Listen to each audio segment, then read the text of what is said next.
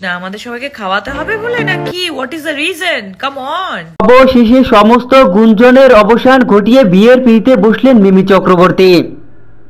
মিমি চক্রবর্তীর বিয়ে নিয়ে এবার মুখ খুললেন শুভশ্রী।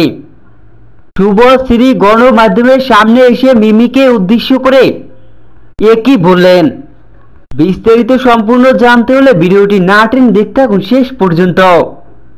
টলিউডের জনপ্রিয় ব্যস্ততম নায়িকা মিমি চক্রবর্তী। এই নায়িকা বিয়ের কথা শুনলেও ভয় পেতেন।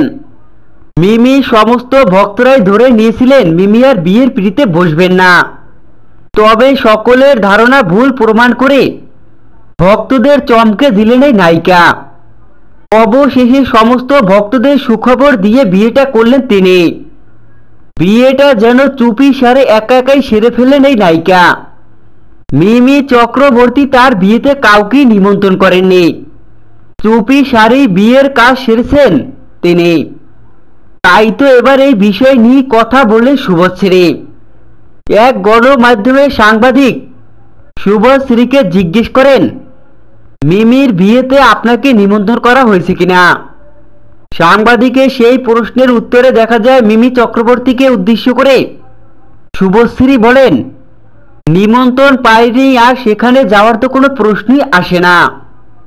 কিন্তু নিশ্চয়ই এটা চাইব নতুন জীবনে মিমি ভালো থাক। মিমি চক্রবর্তীর বিয়ে নিয়ে মিমি চক্রবর্তীর ভক্তরা একের পর এক শুভেচ্ছা জানাচ্ছেন মিমি চক্রবর্তীকে।